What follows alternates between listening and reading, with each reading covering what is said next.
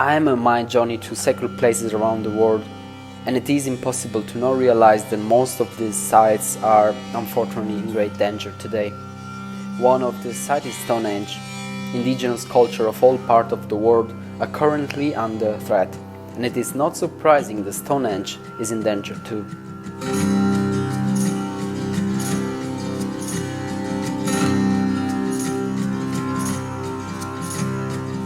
Sacred places like this are not only natural environment to be protected from industrial and businesses plan, but are also connecting us to the mystery of our ancestor, the secret technology that they used and that allows these places to have healing properties.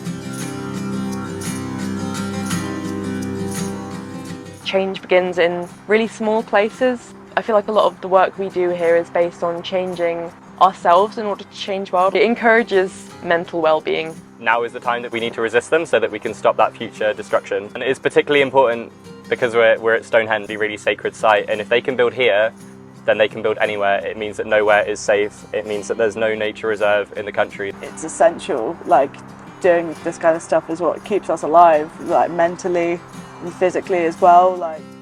There is no doubt the Stonehenge is a holy place, an ancient scientific observatory, a vintage concert hall, a place of healing, and a place of burial. The site has a pretty complicated history. It was built around 2500 BC, the same time the pyramids in ancient Egypt were built, and there are many theories about who built it, ranging from mythical wizard Merlin to Greek Mycenaean prince to extraterrestrial beings. But what caught my attention was what happening around the debate of Stonehenge the last 2 years. In November 2020, the government approved 1.7 billion plans to build a dual carriageway 8 miles within the grounds of the World Heritage Site, despite the examining authorities strongly advised against it. On the ground of Stonehenge, last years, a mix of residents, archaeologists that have come together to fight for its protection. And along my journey I went to meet a protest group, Stonehenge Heritage Action Camp, less than a mile from the stones. They are constantly working on raising awareness about the site and the proposed tunnel that may cause a huge environmental destruction.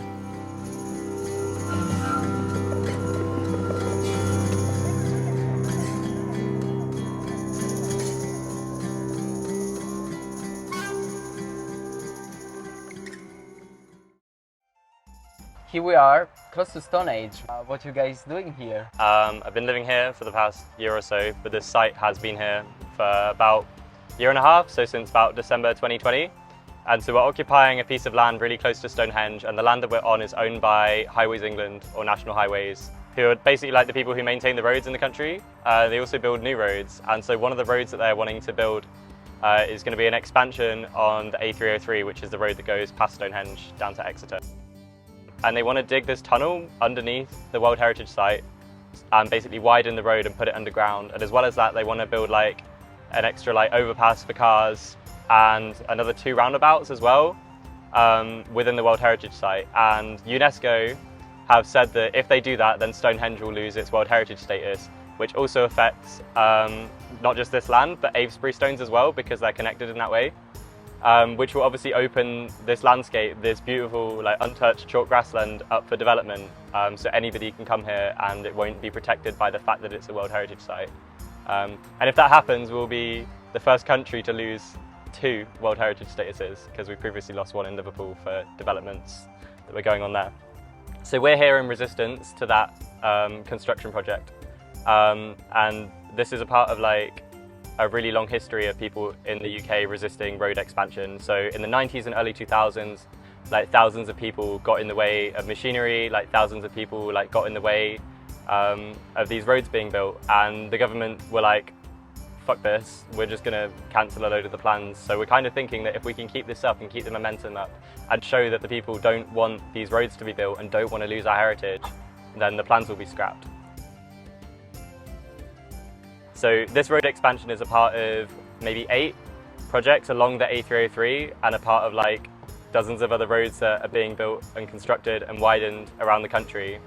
And so we're sort of in solidarity with people resisting those other parts of the project For example, there was a tree called the Queen Camel Oak that was occupied by some of our friends further up the A303 recently, and that was a really old oak tree. It was the only one in the field because the entire area had just been like bulldozed and destroyed, and people occupied that tree and made sure that like she didn't go out silently, and made sure that like she had 2 weeks where she was just like being cared for and being shown all the love that we have for the environment, because we're the most biodiversity depleted country in Europe. Like the rate that we're cutting down trees and have cut down trees and destroyed our green areas is just far too fast. By expanding roads, we're just allowing for that industry to keep existing, and the more roads we build, the more traffic will divert to those roads, the more people will drive, and so the more roads we need to build. So now is the time that we need to resist them so that we can stop that future destruction. And it's particularly important because we're at Stonehenge, right? We're at this like really sacred site, and if they can build here, then they can build anywhere. It means that nowhere is safe. It means that there's no nature reserve in the country that can be for the animals and for the plants and, you know, for the people that need access to green space. How many people are in this community and how the connection is established? The numbers actually on this camp, on this site, fluctuates quite a lot. So we get a lot of people come visit for the pagan celebrations. So we hold events for things like equinox and solstices and Beltane and Lammas we did most recently. So it kind of goes up and down. And a lot of those folks we know through like mutual aid networks or through just working together on different projects, or a lot of us have come from other protest camps. For example, HS2 was like a big thing that was going on with them trying to build this train line between like London and Birmingham. So it's a really broad network for a really like small island. Like there's a lot of resources here that people want to extract out of the ground, and there's a lot of people who are really upset about that and care about protecting Mother Nature. And so being in this space is really like a part of like building like a shared like eco-political spirituality, which, considering we're at Stonehenge, like yeah, that's kind of plays into that a lot. And there's like it's like a real focal point for like building on like past traditions and like nurturing like the love for the earth and for each other. For example, to get into Stonehenge and to access this landscape, you have to pay like £20, and then you can't even go into the centre of the stones, like the centre of that like magic portal. And that's kind of on the back of like the British state, like for hundreds and hundreds of years, like persecuting pagans. And now they've got the gall to like put a fence around it and charge people money and like beat you up if you try and get in there like without paying. And so there are times like on the pagan celebrations where like groups of people will decide that like, you know, these are our stones, and people will like hop the fence and go into the stones and hold that. And those are really beautiful moments, and those are like some of like the moments where I felt like the most connected to the earth and to like my community, and can actually stand in my integrity and in our collective like spirituality and just like be in Stonehenge. And the fact that that's a crime to worship in like our temple is like criminalised. And I guess all of this comes on the back of like years of them sort of clamping down on like the traveller communities around this area. So like Wiltshire Police really don't like travellers, they really don't like people who live in tents or in benders or in vans or are horse-drawn, and so every now and then they'll like close like one of the big park-ups near Stonehenge called the Drove, which, you know, that like displaces communities. Like imagine if you were told, oh, you can't be in your house for a month because the local council has said so. That like wouldn't make any sense. But because people don't have like a fixed abode, it's okay to persecute them. And those, like the Drove is like a lifeline for a lot of people. Like that's where they find like community, and that's where they find support. And so like them not having that space. And over Solstice this year, they also closed like Avesbury Stones and the Ridgeway, which is like a space where like for hundreds of years people have like held parties and celebrations and like come together. And yeah, it was closed, and it was really heavily policed, and anybody who tried to like carry out those traditions were like persecuted. But how much protected are those holy places when it's about, you know, construct a tunnel? You'd think that like the heritage site would be protected by like the World Heritage status, but the construction industry doesn't really care about that, and it's probably just gonna like build the tunnel anyway. But we'll see. It's up to us to resist, and it's up to everybody, like everyone who's watching this who cares about Stonehenge, to like do their part in some way as well. Like it can't just be left to like, oh, the protesters will do it. It's like, no, this is everybody's like heritage and everybody's responsibility. It just so happens that some of us have like more time to give to this. as we've seen with like HS2, that was like a big step in terms of like the government basically like granting itself power to take land that it wants. And so there's things called like compulsory purchase orders, which mean, or temporary purchase orders, which are basically if you own a piece of land and a construction company wants that land, then they can just have it. And if you don't comply, then you might not get paid as much as was agreed. Or if you have protesters on your land, then you might not get any money. And a lot of people who are forced into giving up their land also have to sign like non-disclosure agreements. They then can't talk about how messed up the system is or how much they've been screwed over because they'll get in trouble for that. Which, yeah, it's been really upsetting like to watch that with HS2. And there's also like there's farmers up and down the route of this tunnel who are going to be affected by those compulsory purchase like orders. While you guys are kind of healing this place, bringing back to the people, your community does also some art. But yeah, like over Beltane we had like an art show, and so we invited lots of artists and creatives and just put up some canvases and got people painting, and like there was like a psychiatric like abolition workshop where we like basically all like wrote about like trauma and stuff to do with like hospitals or doctors, like on like a nurse's uniform, and we did like a burning ceremony. And I've been doing like paintings and stuff, and someone's drawn like the map of the tunnel, and all the yellow bits are like bits that are gonna be added. So it's obviously not just the road, it's like the roundabouts as well, and the other compounds that are going to be built like for material storage and things. And yeah, like I think creativity is something that like is really important for like getting our ideas across. And also it's enjoyable. It's really enjoyable to create stuff, and it's really empowering to look around and see like beautiful artwork. And those guitars, and you guys have concert. And playing music as well is really important. Like the whole reason why Stonehenge is here is because thousands of years ago there was a few people like sat under fire playing some drums, and like it's important that we stay connected to that history and remember our roots and where we came from. There's also like a magic spring just up the road called Blickmead, and Blickmead Spring is like, it's special for like a number of reasons. Number one, there's this algae that lives on the rocks in Blickmead Spring that has these properties that like when you take it out of the water it turns like bright purple, and it exists here, like one place in Russia and like one other place in the world. And also like the spring is constantly at 11 degrees. So imagine you've crawled out of an ice age and you find this spring and you're like, oh my God, like a source of water that doesn't freeze over. We got to settle here, like we've got to live here.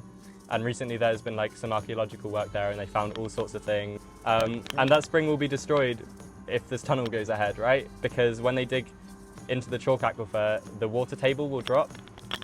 So all of the artifacts that are like set in the silt layer, like the top layer of soil, will just be destroyed. Which is like thousands of and if they do that, we might not ever actually find out why Stonehenge was built, and that would just be really, really upsetting, like really good. So this is really the time where we should stand together. Yeah. And I came because I heard about the camp through a friend, and I came up for the summer solstice for the first time for the celebrations. I had a brilliant time. I haven't really wanted to leave since I got here from Solstice. I study film at university, but this summer I've just been trying to spend as much time at camp as possible because I love the community. I love what I contribute when I come here, and yeah, it's a beautiful place.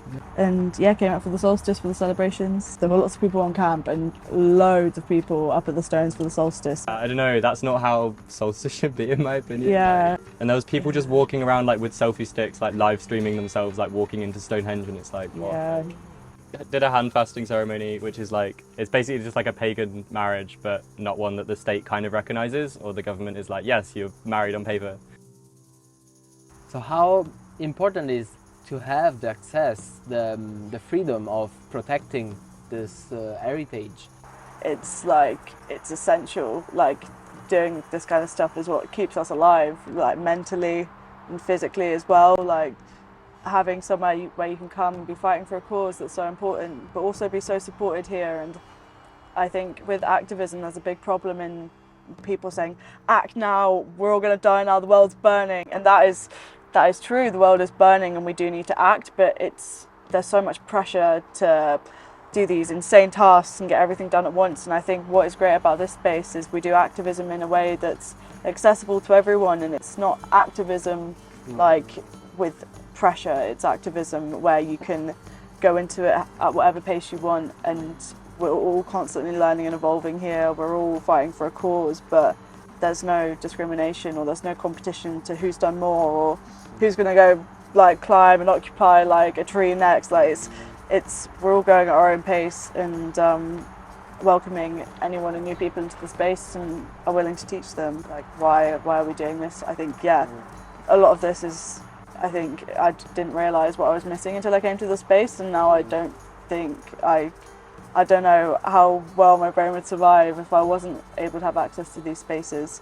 And although this camp is about protecting the stones and stopping the tunnel, it's also about protecting ourselves from society at the moment, because it's fucked up, and we've created a space which is self-governed and Fint-led, so we can feel safe and so we can breathe. And it's we're not only protecting a heritage site and protecting Mother Nature, we're protecting ourselves and creating a society we would prefer to live in, and hoping people will learn from it and that this will spread as a movement and we can inspire other people as other people have inspired us.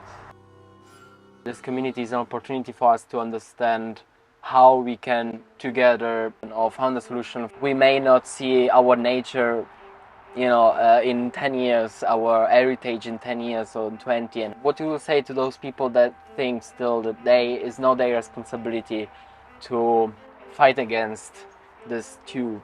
The world in general and society, where people feel like they can't make a change, where it just feels impossible and you're fighting against these big structures like the construction industry or just the government, because the government don't look out for our interests. I was going to say anymore, but they haven't ever really looked out for our interest. And I think a lot of people, it's hard for them to see, especially when you're living in a space that's not like this, when you're living in a city and you're just working your job. It's hard to see that change begins in really small places. Like I feel like a lot of the work we do here is based on changing ourselves in order to change the world, like working on active listening and active consent and having facilitated discussions and actually interacting with each other in a way that matters, so that we can form bonds and build this camaraderie and actually get to the point where we can make change, because a lot of places aren't connected. There's not enough community for people to actually come together and make a change. Change begins in small places. I've been living here for like a month and a half, but it's really been a good place to live, and I'm not actively bad when I'm here, which is like when I'm living in a city, when I'm in a house, I'm only seeing the same 2-3 people, if that, for like days, weeks, months. Whereas here I can actually leave my bender and I'm outdoors, I'm in a natural space. There are people like you will come and visit and come and stay the night or just hang out for the day, and actually meeting different varieties of people and doing different tasks. Like there's always different things that need doing, and it's just it encourages mental well-being.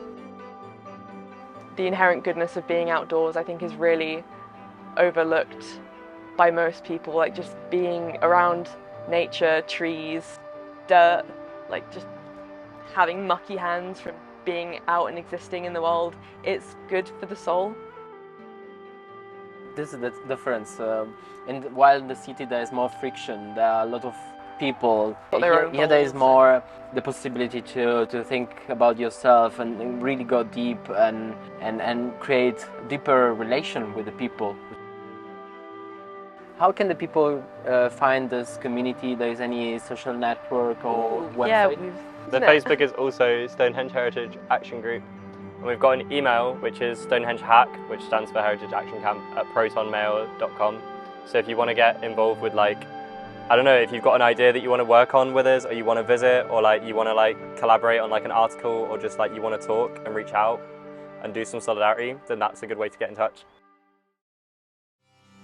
I hope to see you guys soon. If you pass by in Berlin, let's keep in touch and stay strong together. Solidarity. Solidarity, yeah.